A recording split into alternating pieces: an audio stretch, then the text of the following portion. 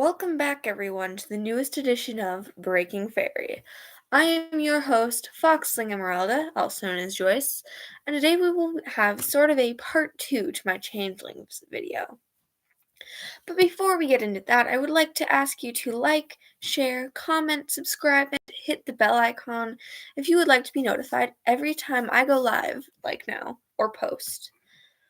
Today I'd like to talk about a young woman who was burned to death on the accusation of being a changeling. This woman's name is Bridget Cleary, and she was 26 years old when her husband killed her. People today think that the man was crazy, insane, and how stupid it was.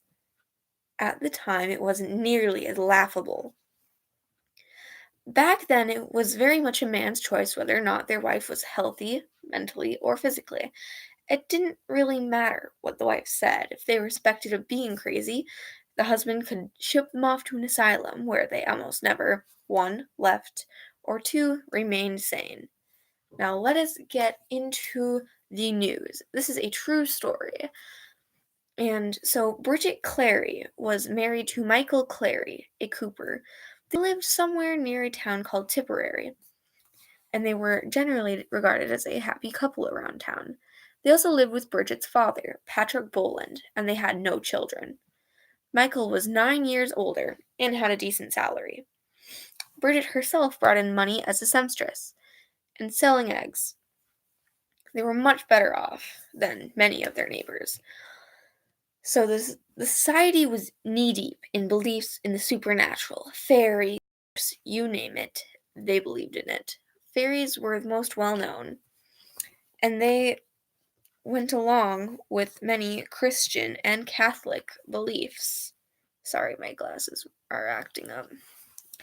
Children grew up basically.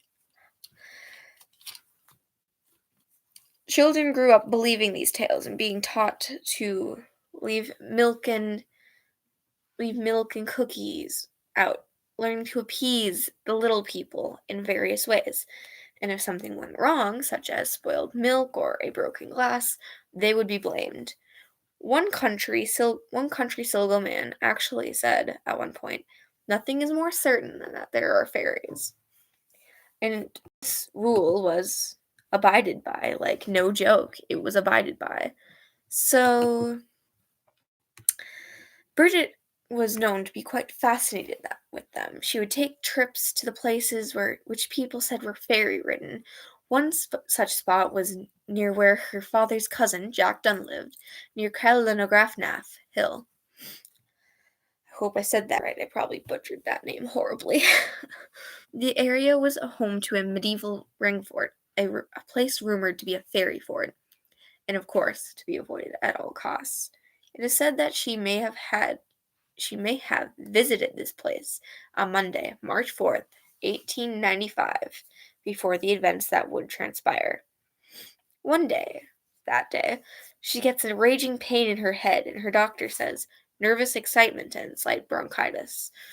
These are quoted. So a priest, in the long run, there was a very few events that happened in between, ended up administering the last rites, even though he wasn't too worried, just in case it worsened. This aggravated Michael, knowing he could lose his wife. So when he went to his confidant, Jack Dunn, who told him, "It is not your wife is there. This is the 8th day, and you had a right to have gone to Gamey, the local fairy doctor, on the 5th day." These are also exact words, which is why they are not. Sorry, I just noticed something fell from my wall. Anywho, which is why the words are a bit weird. So Gamey gave Michael a mixture of herbs and milk, and in turn, he forced it down his wife's throat. This was while Dunn and 3 other male cousins pinned her to the bed. He yelled at her, "Take it, you witch, or I'll kill you." He also demanded her to answer him by saying, "Away with you, come home, Bridget Boland, in the name of God." This was followed by them dragging her to the fireplace, repeating the process until he was satisfied. Joanna, Bridget's cousin, stated that Bridget was wild and deranged. At Michael's request, the priest said Mass in Bridget's bedroom to rid the house of any leftover evil spirits. 11 days later, on March 15th, Bridget got up for the first time since the ordeal. They were having some tea with some relatives, and Bridget had asked for milk when an argument erupted. Fairies were well known to wish and yearn for fresh milk, and that had rekindled Michael's suspicions. Your Michael used to go with the fairies, and that is why you think I am going with them, she told him. Michael was furious. He forced her to eat 3 pieces of bread smothered in jam, and to say her name 3 times. She ate the first 2, but hesitated on the third. Michael flung her to the ground and said, "If you won't take it, down you go." What followed is one of the most horrific things I've researched. He tore off her clothes down to her chemise, leaving a golden earring and a sock on. He struck her face, lighting her chemise on fire. He poured over her a paraffin lamp oil after a few minutes, encouraging the flames. Michael said, "She is not my wife. She is an old deceiver sent in place of my wife." The relatives begged him to put the flames out, but he refused, and, according to later testimonies by them, she was already swallowed up and dead. After she finished burning, Michael stuffed her in a bag and forced the men to help her bury her, hiding her body.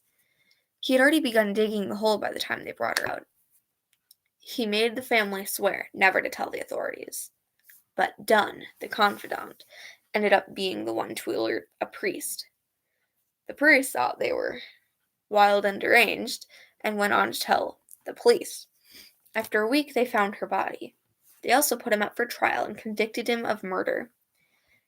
He was convicted until 1910. Now, scientists and many other professionals are trying to figure out if he had a mental illness or if he believed that Bridget was a fairy without that kind of madness. Some suspect that he might have had Capgras syndrome, which involves the belief that a person has been replaced by an imposter, even now in Tipperary. The local children have a nursery rhyme that goes, "Are you a witch, or are you a fairy, or are you the wife of Michael Clary?" And this story is a very true story, and I have gotten all my information from mentalfloss.com, libraryireland.com, and other various Google searches. I am not sponsored by any of these websites, but it would be amazing if you decided to do your own research on her. I will try my best to post the links in the description, as long as I get to that. So this has been Breaking Fairy.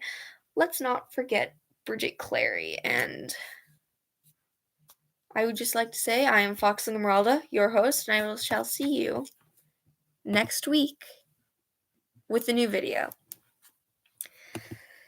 See you then.